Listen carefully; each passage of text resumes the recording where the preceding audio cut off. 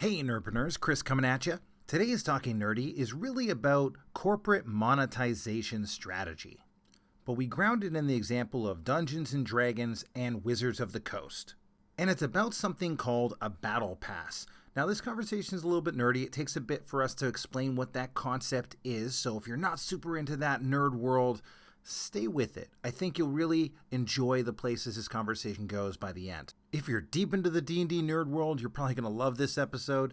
We recorded this episode back before the holidays. Lots of things have evolved since then, and with the recent Wizards of the Coast summit that just happened, they revealed a lot of things about their virtual tabletop, so this talk is surprisingly relevant for what's going on in the industry right now, even though we recorded it back around the holidays in December.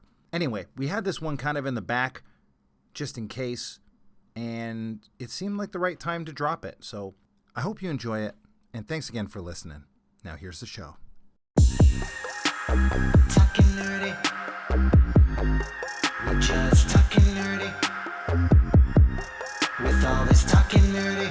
Oh, come on, you wanna talk nerdy? What are we talking about on Talking Nerdy today? Yeah, so today on Talking Nerdy, I got a notification on my phone for an article that really just blew me away. It was Wizards of the Coast unveils new D&D Battle Pass monetization. And I saw that and I thought, no way. This is somewhat believable, but also somewhat so far-fetched. So I read it, it blew my mind, and then I went looking for supporting stuff because they had no hyperlinks in this article. And I did digging and realized there's nowhere else talking about this. So I thought, no way. How did this guy get the private scoop? Because he's got quotes in here. And then I looked into this guy's blog, and he makes funny articles. I'm pretty sure these are joke articles around tabletop role-playing games. However, whoever is listening to this, you don't need to play role-playing games. You don't need to really know a lot about Wizards of the Coast to tune in, because this is a really interesting idea. A battle pass for Dungeons and Dragons. Yeah, I don't even know what you're referring to when you say battle pass. Like, can Yes. you elaborate on what is a battle pass versus like I don't know, owning a game or something, right? Because right now, Dungeons and Dragons, you just have books, you play around a table or with your friends over Zoom or something. You don't really need much at all to play. So, what does a battle pass even entail? Yeah, battle passes are really common nowadays, or becoming more common in games. It's a great way to spike engagement with their players. So how it works is there's seasons. The game is broken down into seasons. You can see this in Call of Duty games. You see this in Fortnite. You see this in Sea of Thieves. There's so many examples of this, whether it's mobile or PC games. And how it works is, for that season of time, it might be a month, it might be 3 months, it might be 6 months. I think Fortnite has a 4 or 6 month period. I don't actually play Fortnite, so I don't actually know. Nor do I. So how it works is pretty much there are ways in the game that the developers will put in to improve your battle pass, to improve your season's progression, and you level up. You go from 1 to say like 60, or usually actually 100 I've seen. You go from 1 to level 100 in the battle pass. And as you level up in each battle pass, you get new cosmetics, new items, new in-game currencies and rewards. So it gives you a chance to unlock more content by simply playing. So this is what in the hip online industries is known as gamification, right? Oh, yes. This is but literally with a game, within a game. So like basically if you're engaged with this game and you just keep progressing, I'm sure you've all played those ones on your phone that as you play every single day, they give you something extra, like a free extra number of points or a free pass or a free spin on a wheel or a free whatever. It's like the gambling notion of like getting you back in there to play again. Simply and just logging in. Yeah, logging in. And so this would be similar to that. Like a battle pass is almost your gamification certificate or your avatar that gets to wear all the trophies or the or the clothes or the cool or show off the cool Yes. things that you have done so that you as a player can be recognized as someone who is higher than or further down the line than the other players. Is that right? Yeah, and it's not locked behind a skill wall or a paywall. These are free cosmetics, and they can be for anybody simply by playing the game and gradually unlocking stuff. Now, some people are going to be better at unlocking these battle passes and leveling them up than others, and that might be skill related or money related. Now, I should also point out there is usually a paid path as well. So there's the free to play path, and then there's the pay to play path, which will have even more valuable cosmetics because those people are paying like, you know, $12 a month or something or $7 a month or whatever it is to get to that extra valuable content. And that is something that I've never really, no, I have bought into it. I played a mobile game where I bought into their paid path. But anyway, so let's get to this article, what it talks about. There's a couple things that are super interesting because Dungeons and Dragons is So this not is a a digital fake game. article, though, right? Like This is a fake article. so we're going to Let's discuss clarify something that. that isn't actually happening, But but it's super interesting. it's an interesting concept that could happen and has been Yeah. used in a lot of different games, right? And I mean, I also want to give credit to where this article came from. So this is a website called The Only Edition, and it's the-only-edition.com. And the author is Leif Nelson, and this was posted on December 16th. congratulations, Leaf. You tricked Frank into You tricked me with your article headline and everything. You got him. You got Way me. to go. This And is it was great. Yeah. So way to go, Leaf. And also you popped up on my Google search recommendations as numero uno for the morning of the 17th. So that's wow. super impressive, I gotta say. So We're gonna find out this was all that Leif is actually an AI that we have that has oh, just been figuring out what will target the exact nerd. yes. Yeah, yeah. So You are the avatar. now there's a couple things in here he says. I haven't fact checked the people or some of the quotes that he uses, so I'm not so sure about them. So I'm not really going to use them.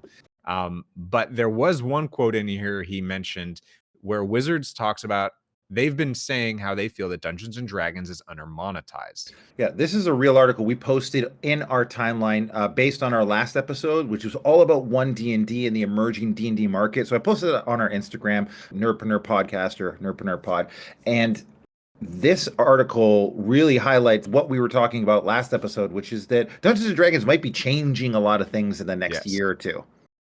Yeah, changing so much, which is one of the reasons I thought that this could be real, because we were just talking about this. And anyway, so very timely article to read. It's almost like they're listening to us. Almost. It's, But maybe Leaf is our a biggest listener. fan is the algorithm. Yeah, true. So Leaf pretty much takes the idea that Wizards is saying that it's under monetized, and he's running with it. And so he says, I want to just read the opening of this. Wizards of the Coast has begun to move forward with new revenue streams for the Dungeons and Dragons role-playing game was deemed under monetized. Their first initiative was unveiled this week as they introduced a seasonal battle pass with its own proprietary leveling and reward system. And then he gives a quote from someone who I'm not so sure is actually on the D&D team. He says they're D&D marketing. And that's not a name I recognize from the time I worked there. But that doesn't mean that those people didn't switch out and get new people. So anyway, he's saying that pretty much if players are going to be able to have this battle pass and they will be able to explore campaigns from the top of Faerun to the bottom of Faerun, the Sword Coast. And Faerun is a very important intellectual property for Dungeons and Dragons as far as like where all the adventures take place. It's like Westeros in Game of Thrones, for example. This is Sword Coast is where so much of the meat and potatoes happens in Faerun, obviously. But this is saying that in Faerun, this is where we're going to start. This is where the battle pass is going to begin. And I thought, okay, that sounds so manageable and reasonable. This is another reason why I was so bought into this. Yeah. Because I was like, oh my God, yeah, okay, that seems like a good place to start. And pretty much as players play Dungeons and Dragons, they will get new cosmetics, they will get new things for their player character's home. And that made me think, oh my God, they're gonna create a digital. Then once I realized this was fake, Wizards of the Coast could create these digital homes that you decorate in D&D 1. Sorry, not D&D 1. The virtual tabletop that they're working on. That's where I think this would fit. That's where this is like just bridging the gap between funny joke and something believable, because we are already starting to see D&D go more digital with these 3D tabletops. So what you're suggesting essentially is like the concept of almost digital real estate within a limited world that is already defined. So Faerun or the Sword Coast, or it could be anything really. It could be any intellectual property like that. But if they were to create some sort of if they were going to create a digital world in which you could buy digital property, and then you could fill that property with things.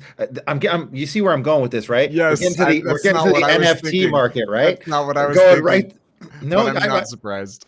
Hey, how long till Wizards of the Coast comes out with NFTs, man? I bet you. Well, that's an ingenious idea for them to come up with. Like, they'll start with maybe Waterdeep or Neverwinter, a big city that you could buy real estate in. No, that's not what I was actually thinking. I love that idea, but that would be awesome, right? Yes, that's probably 5 to 10 years down the road. What I think, the way I envision this is that you have a home. It's just like a room, or maybe you buy bigger places. You can't go outside of your home, but you can decorate your home, and you've got like 5 levels of houses. I saw this a lot in New World, except those houses are like connected. Well, how do I show off my home though? Like, can I bring people to my home? Oh yeah. Oh, okay. So if people come over to my home to play D&D, and we all play in my digital Faerun home? No, that's not what I was thinking, but that's cool. Okay. No, it was like, okay, you've got your adventuring party there and your dungeon master, and the dungeon master would act as like an observer, but you bring other people into your 3D. Say you've got an apartment you start out with, and you get to decorate your apartment with various things. And you're like, hey, before we go adventuring on the virtual tabletop that's got 3D assets, let's first hop into my home, in air quotes, where I've got different things, and we can all hang out and just like sit. There's like animations to sit, to walk around. You can be quote unquote making lunch for everybody in your little kitchen area. And so you would gradually be able to get new cosmetics to put in your home as you progressed on this battle pass. So that was the first idea that really caught me. So could I think that'd be kind of cool. I mean, I get this. I guess this isn't real in any way yet, but the idea of it becoming real could be something. Would they just be like, so I would be paying them every month just to have access to this, right? And does that change the whole game structure when the rewards are set up in a completely different manner than what they are right now? That's a great question, and I want to actually make the argument that this isn't new. This isn't a new form of rewards, which ties into the Adventurers League that you and I have been talking about. The Adventurers League is a community. It's kind of a meetup that has existed for a few years now, since 5th edition, shortly after 5th edition came out. And it's a way for strangers to get together in cities, in towns, regularly to play. And you will have an organizer usually that chooses the adventures for whatever season you're in. And the seasons are based around the hardcovers and the hardcover adventures that come out. So there will usually be there'll usually be like 12 adventures, but they all range in levels, and they all carry along a story. But there's nuanced complexities to it, which is cool. So the way you track your progression as a player and to level up your hero is you have to track it on a log sheet, and that is your proof that your character is actually that level, and it prevents people from just randomly popping in and saying they've got a level 20 wizard if they actually hadn't played that wizard at all. So you get that going, and that already has a reward based system. There's already, okay, for the number of games you play, you can choose from a shop these kind of rewards. And dungeon masters already have an incentive for, if like when you hit 5 games that you've dungeon mastered in the Adventurers League, then you get to add this magical item to one of your players, or one of your characters that you also play as. So there's these reward systems that have already been in place, but they're not really well regulated because it's an honor system and it's on pen and paper still. Right. Well, it's also interesting that like to me this always seems very strange from a Dungeons and Dragons point of view because it seems very old school, that idea that I have my character and I bring it around to different games and play my character with different Dungeons and Dragons people. Like that is already to me like I've never played D&D that way. I've always played that when I get together with my friends and I'm going to play D&D, I build a character based on the campaign that we are going to play together. And then during that time, I'm that character. And then when I leave and do another campaign, that character's done. Like that character doesn't transfer between different campaigns. It just is for that one thing. It's all about the story. Versus what you're talking about is like, I played this guy in this other campaign up to a level 20 wizard. So now I'm going to go join this other party as this level 20 wizard and help them, even though they're like a level 10 party or something, right? Oh, And you can't do that. You can't. So there's some rules around that. And this is making me realize maybe we should do a closer in-depth talk about what the Adventurers League is and how it's changed over the years, because it's had some big changes, especially once COVID hit. They pretty much stopped.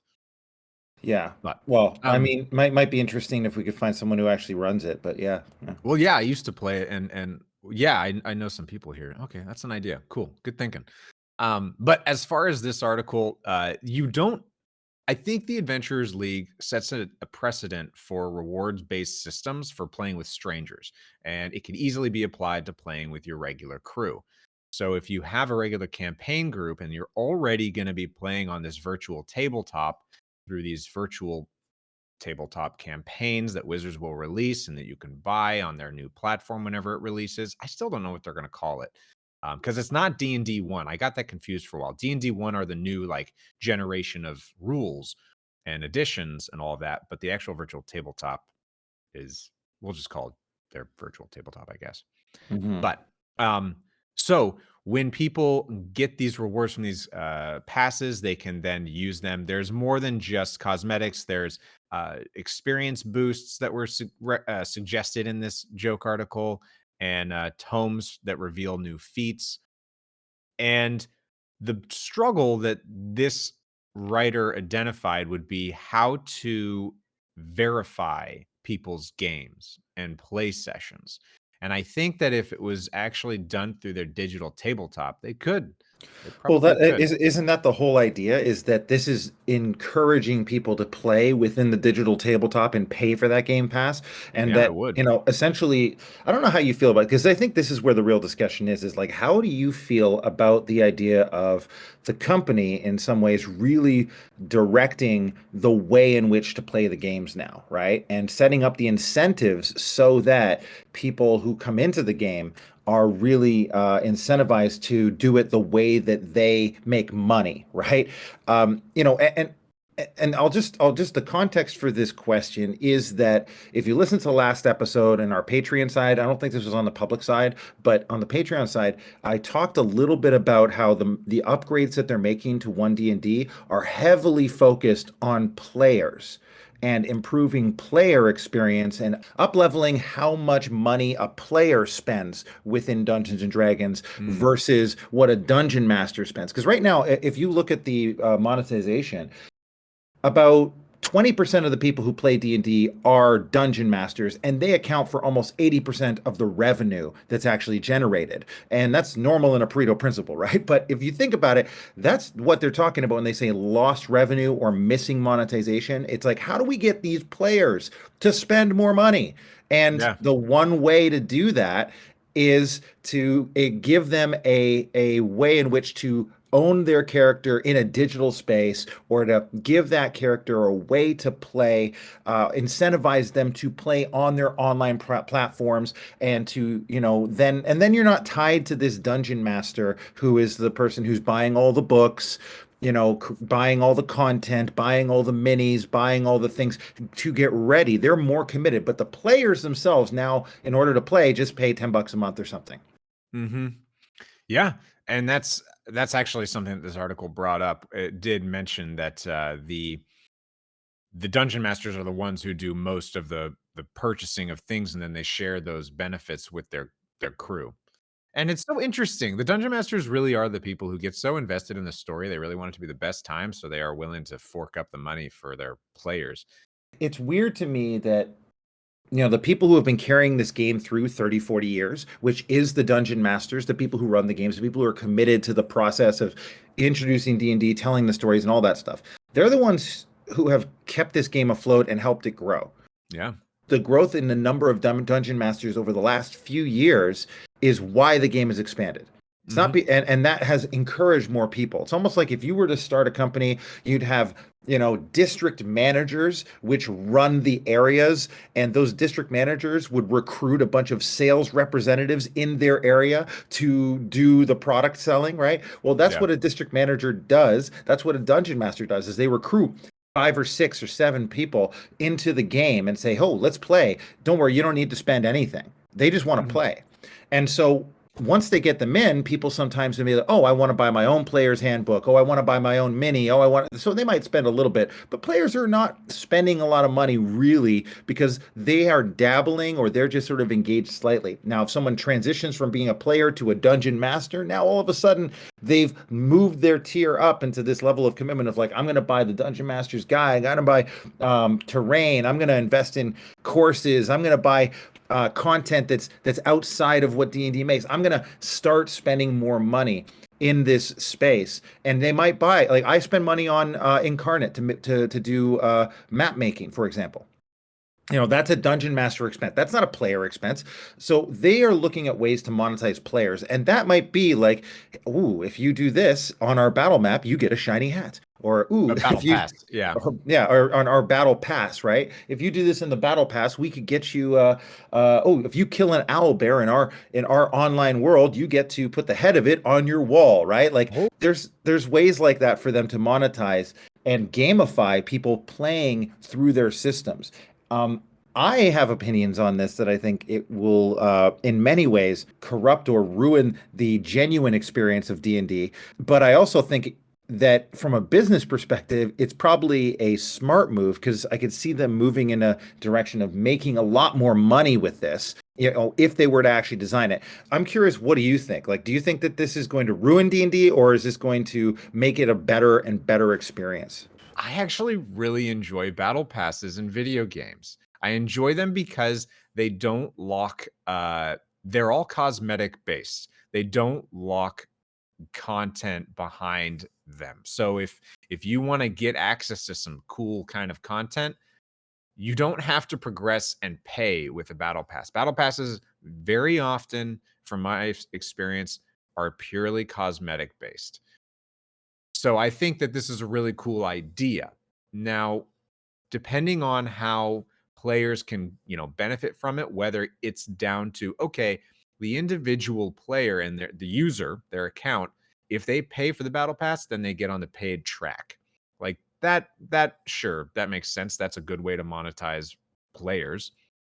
But I don't think it should be campaign specific, like a battle pass for a campaign. That maybe would be another option. There was a World of Warcraft mechanic where you would level up your guild, and your guild would then have new things added to it if your guild worked together to progress on this sort of track that was sort of like a battle pass. So I think that this is a really cool idea, which is one of the reasons I was so excited to read this. But there's a lot of other infrastructure that needs to be in place first. Yeah, this feels very much like something that I think will happen, but it will probably happen in a different way than what you're maybe talking about. The way I think it's going to happen is because there is something they're doing right now, which is shifting and moving people towards digital play. Yes. Digital tabletops. What they're trying to do is sort of make it easier for dungeon masters to run the games and create the atmosphere. So we talked a little bit about this on our last 1D&D episode, but the idea that I go into a dungeon with my friends and we have they're literally creating something that is based on the Unreal Engine so that it looks amazing and looks really good. And like, so you're creating your character there, and then you're going through a dungeon with your other friends, and there's like an avatar that has been created and it looks great, and your dungeon master is revealing parts of the dungeon that you go through as you go.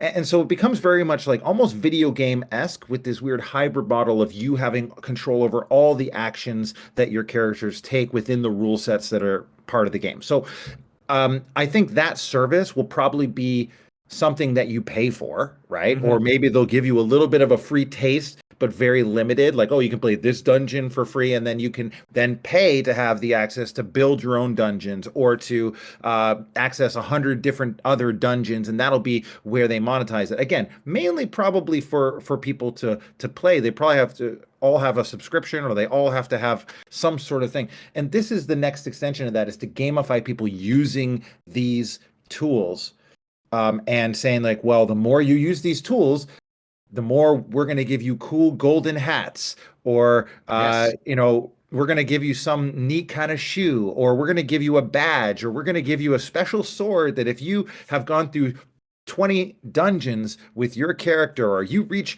a certain level with your character, you will unlock these aesthetics that allow you to show off to the rest of your party who you're playing with. You have these awesome things. And again, I've never really given much credence to the idea of digital real estate. I think real estate is still where you get money and get rich. Digital real estate still feels like a little bit of a scam to me. Yeah. But I do believe that there is a large generation of people that are much more likely to buy into this than older generations too, who maybe have been out there playing D&D in their imaginations and at a tabletop around an actual bunch of snacks, you know, like in a room with together, versus people who, you know, started during the pandemic and played almost all online, right? Yeah, I totally agree that this is not like the end all be all of our future of Dungeons and Dragons. I think that this is just a interesting idea for the folks that, like you said, started playing online remotely, people who got into this and aren't in the same geographic region, so they need to play online. I do think that, you know, I very much enjoy playing in person and using minis and maybe just the theater of the mind. But for the folks that are online, this could be a really cool option. Or even the folks who meet in person who want to use a virtual tabletop when they're gathered around the same physical table already. Yeah. Well, I guess the only thing I'm not a big fan of is the idea that you need to, like, the concept, and this isn't true, but the concept that you have to pay money to play this game, right? And I think that if you're a player, okay, the good thing, I think, on the one side, I want to take the other side of the coin and try and argue that, okay, this could be good, but the good thing is those people who are struggling to find a game, struggling to find people to play with, struggling to find a dungeon master who could run something. Yeah, I see where you're going. Having a platform in which to be able to make this process easier, because so many people I talk to, so many people out there are like, I don't know where to find a game, or I've always wanted to play D&D, but I don't know how to start because I don't want to read the Dungeon Master's Guide. I don't want to learn all the rules. I don't know rules. I've never played a game before, so I wouldn't know where to start. I don't know how to write an adventure. Like, there's a lot of barriers to really starting this game if you don't have someone who's already in it. This is almost like D&D is like a weird MLM in some ways, right? Like, you have to almost have to be recruited into it by someone who's way further down the line and way more successful in Dungeons and Dragons than you are. You have to join this cult, grow up in it, and then eventually move into the next level of becoming the dungeon master, in which then you can recruit people. That's why it feels like the MLM as well of weird nerdy games or board games out there. But it's super approachable. It's a low barrier to entry, which is, I think, the point you're getting at here. Well, yeah. And this creates a barrier to entry, this idea. Well, exactly. And here's the thing, right? Like, do you, like, if their objective is to get more players, right? Does this make sense from a business standpoint to make it so that it is harder to get people to play? Or is that going to wind up being easier for people to play? So it's like signing up for Netflix, right?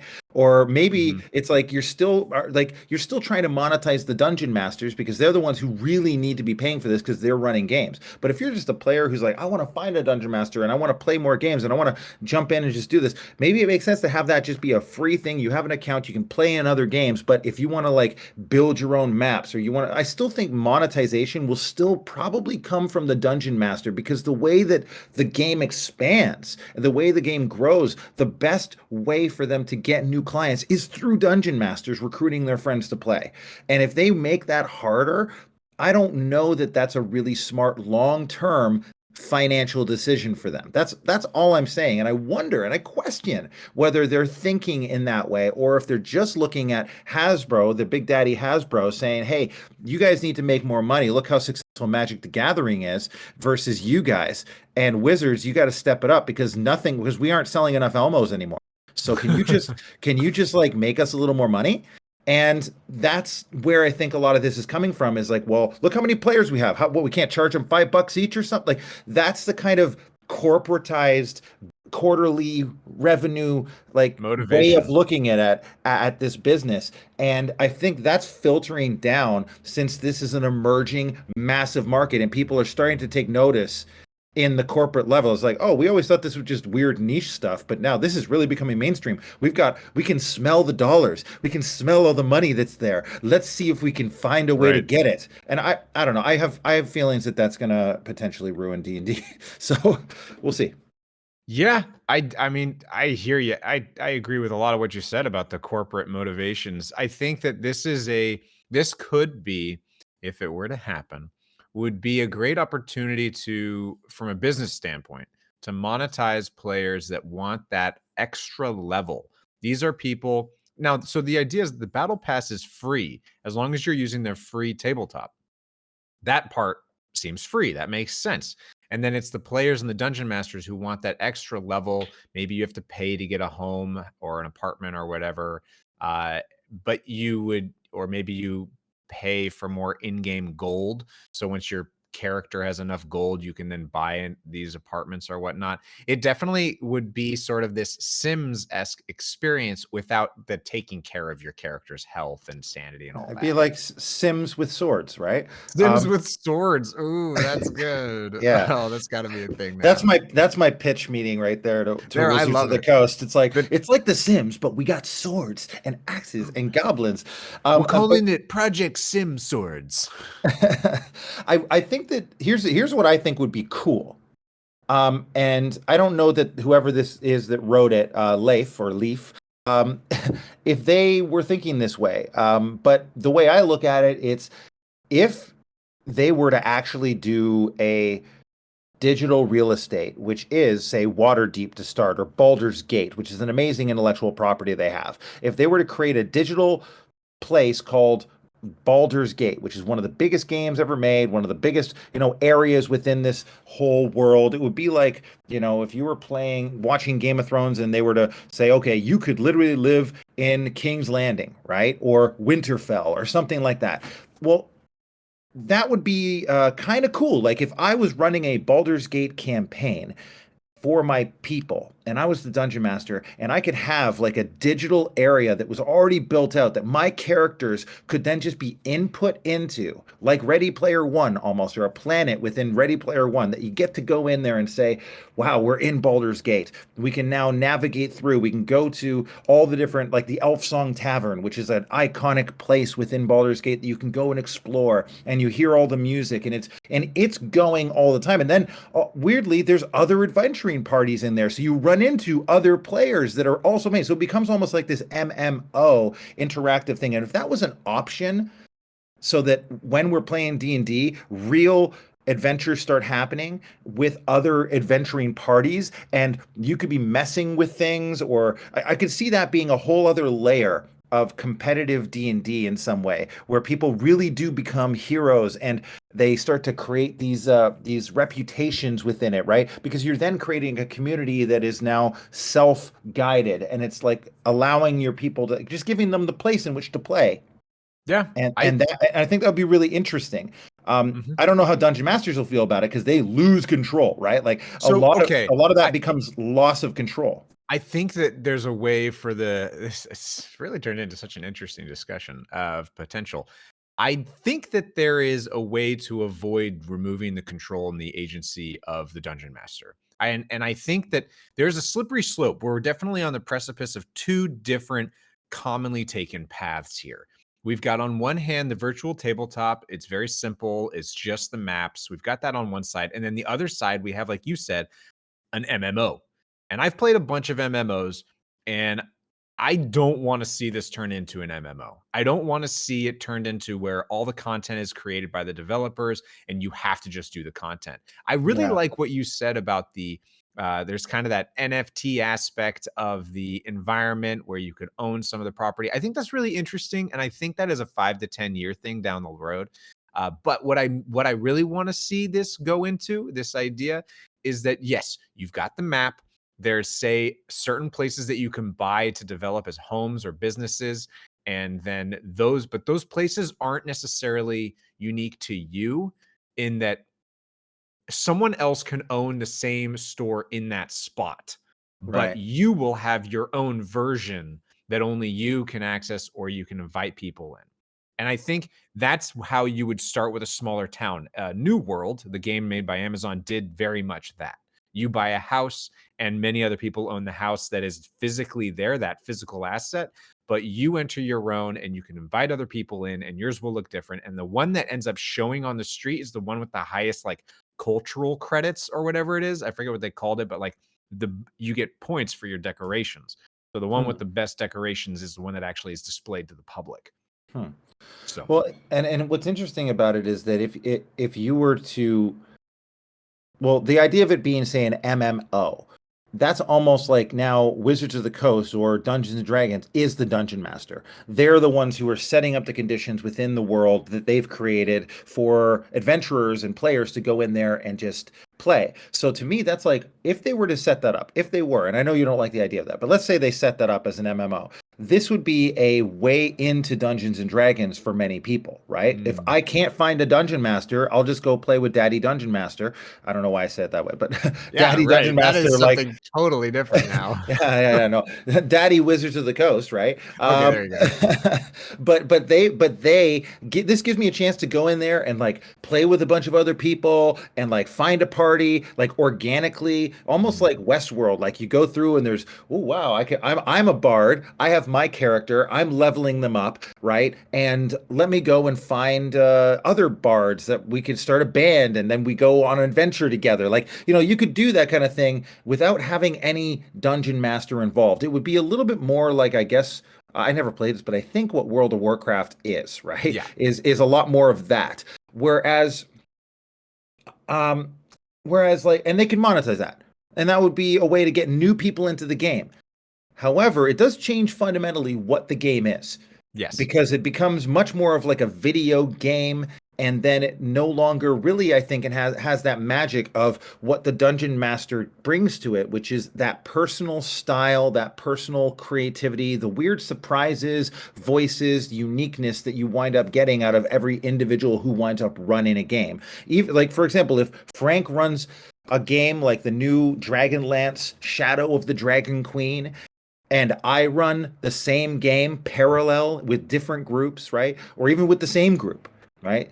One's going to play with him, one's going to play with me. Our games will go completely different directions, completely different ways, even though it's the same adventure, even though it's the same uh, setting. There is so much customization in terms of the way each of us thinks through these problems and how our styles vary and differ. And I think that's part of the magic of playing D&D. And that's Um, why I don't want to see it go the MMO route yeah, if this were to happen. I really want them to build this idea of the map, the commute, like the space, the physical assets that then people can roam around in, but then the adventures are still created by the dungeon master. And it might be that they just have to do these pre-written adventures that are seasonal, just like the Adventurers League, or maybe they can build stuff. They can build these assets. I mean, we've seen the Dungeon Alchemist tool, and that is a really great tool for people to build their own maps. And if there was something like that, and they use AI to like build these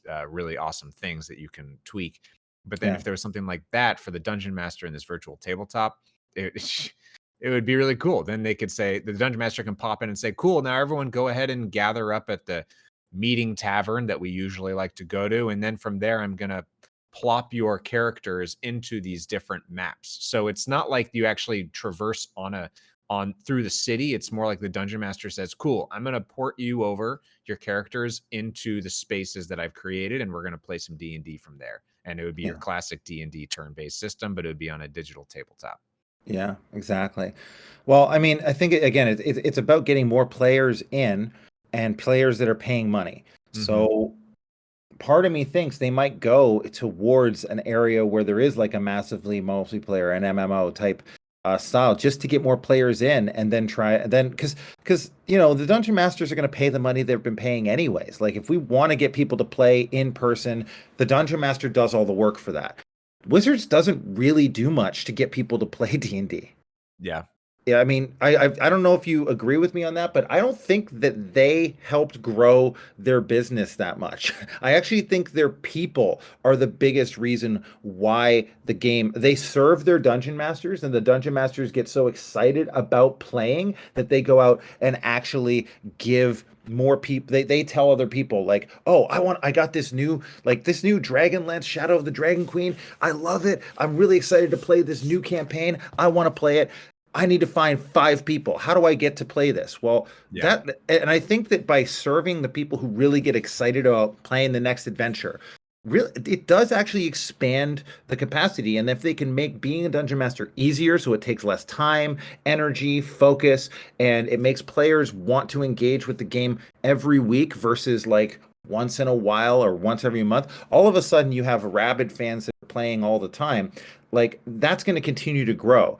I just think that one of the long-term things that might go wrong here is they really start focusing on just players and finding ways to get them to spend money or to join.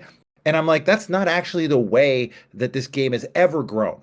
That's not how anyone has ever done this. It's not like they're advertising play D&D, right? Like they don't do that. It's not like other board games where you get board game reviewers to review the game and say, "Oh, I had so much fun with my friends. Try this out," or "This is the breakdown of the game." Like they don't do that to expand. You don't see anyone like the only way I can think of that someone newly plays this game is through a person who already knows how to play it. Mm-hmm. So if they're hindering that, I don't know that that's a smart business decision. And I think also that long term, they might see their growth start to go a little bit lower versus where it's been right now, which is at an all-time high. Mm-hmm. So, what do you think? I don't think that they should force players to have to monetize anything. I think that typically when you monetize a game, the old model, the original model was that you buy the CD for a video game, right?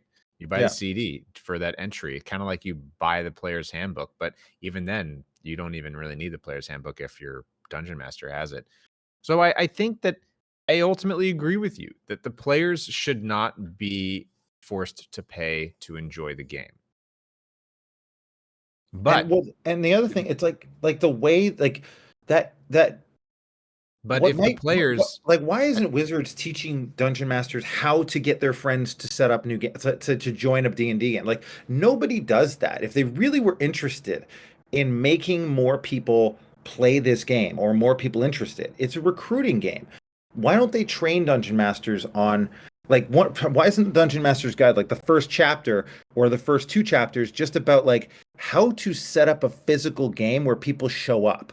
Because there's I actually don't think that falls under Wizards like their mission or any of that. They want to help foster like a space, but they're not going to help people with their people skills, their time management, their social or their communication skills. But what they will such a do huge is gap in the help market. them. They will help them create these venues, these even virtual venues now.